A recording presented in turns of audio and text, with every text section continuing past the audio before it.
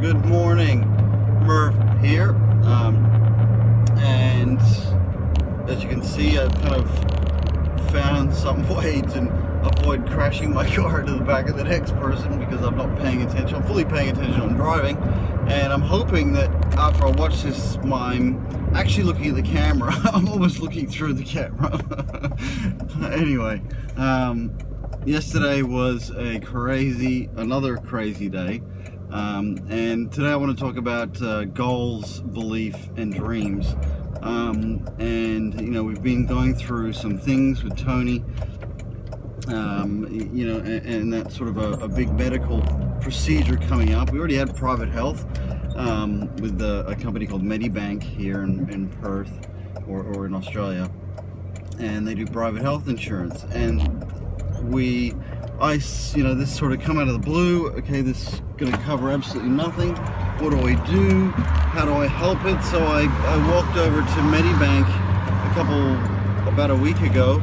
It was as soon as I could, last Thursday or Friday, and I went straight through to meet a wonderful woman called Jane at Medibank in the CBD. And I said, you know, what do we do? I have no experience on this. I told her the whole story, the hospital, and giving us last minute notice on how much it's going to cost, and you know, I'm thinking, oh shit, here we go. And I'm trying to be the rock for Toni so that, you know, we'll find a way out of this. We'll find a way out of this mess, and we will get what we want done. And yesterday, you know, we had to go drop some paperwork off. So I said, no, I'm gonna book my morning off. I have a million things to do, staff down. Thank God Avneet's mum had an operation yesterday, and her mum's fine. Everything went through. I haven't even had a chance. I said, Avneet, post a comment on the blog post we did yesterday, because I don't even have time to talk about it. I've got so many things to do. It's not about not having time. It's just, if you do it now, do it yourself, put it on there so you can tell the customers and let them know what's happening. I haven't even read it yet. And you know, so that's thankful. And then today Toni rang me. Well, we dropped off the paperwork for this, what's called a pre-existing medical condition form. And you know, Toni found about this, apparently it was May. We found out that Toni had this problem that needs to be solved, unfortunately, through medical, you know, having surgery. Some things, I guess, you have to just have surgery, especially if you want to get rid of it. It's kind of large. It's like this big or something. So, you know, out of the blue, and then we dropped the paperwork off yesterday to Jane. You know, she said, okay, do this. You know, I'm like sitting there with her.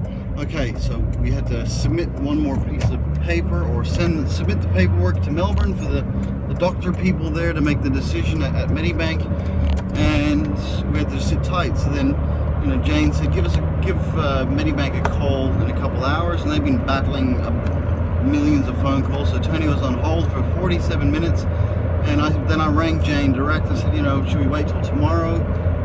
And then Jane said, no, yeah, ring back tomorrow. So I texted Toni, because I'm on the phone with her here, and I'm typing out on my iMessage on my Mac, sending her a quick SMS, multitasking. And Toni didn't hang up for, I don't know, it just happened to be Medibank picked up, and they said, yes, we will give you full cover for the operation on Monday. And I broke down like just with Toni on the phone. Thankfully I was outside the building, because people were thinking, what the hell's happened here? But I was just sometimes being the rock solid, the rock in emotions to help Toni, to tell her it's gonna be okay. You know, you're the one going under the knife. It's not me. But I have to be the one who holds it. Now, I let it all out yesterday in the middle of the street in the CBD, out front of the building, and I tried not to make a scene. I was just standing in the corner, sobbing, and just happiness, because it's just, you know, I just didn't want to take no for an answer. I believed I could do something, and you know, whether I did or, you know, it's all of this shit, but it's just a belief. You know, sometimes just I know where I'm going with what I want to do next, with the easy property listing software that I spent 3 years of my life, 2.5 years of my life working on and striving for and wanting to release. And this is, you know, have a dream. There's a book called The Secret. I read that as, this is crap. What the fuck is this stuff? Are you serious? This is bullshit. But there's certain things where you're like, maybe it's not so much bullshit. But you have to believe it with your heart, your soul, your whatever it is, your goals, and don't, you know, and expect to not get there. You know, there's no timing, there's no time. But anyway, maybe my belief was, anyway, I don't know how this shit works. The point is that you have to believe in your goals, your dreams, and sometimes you have to tell people to, you know, don't listen to others, because other people's mind or they don't see it, or, you know, they've had bad things happen to them in the past, and sometimes you have to sort of turn your mind off for what people say, because they'll hold you back from achieving your dreams. I mean, I remember watching a movie, someone swimming the English Channel, and she was in there for like 36 hours swimming, and I said, are you crazy? But she tried it. She did it. I think it was just from a movie, but this is definitely, that's been happening lots of times.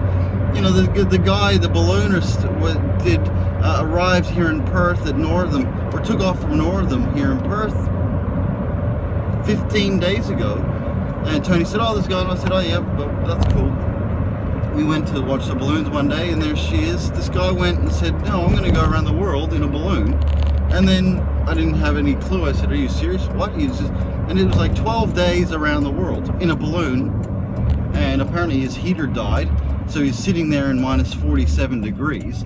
And you know why he did this? Because, I don't know, actually I don't know anything about his backstory, but obviously he had a dream, a goal, a destination, and he said, no, I'm gonna do what I want to do, and just do it.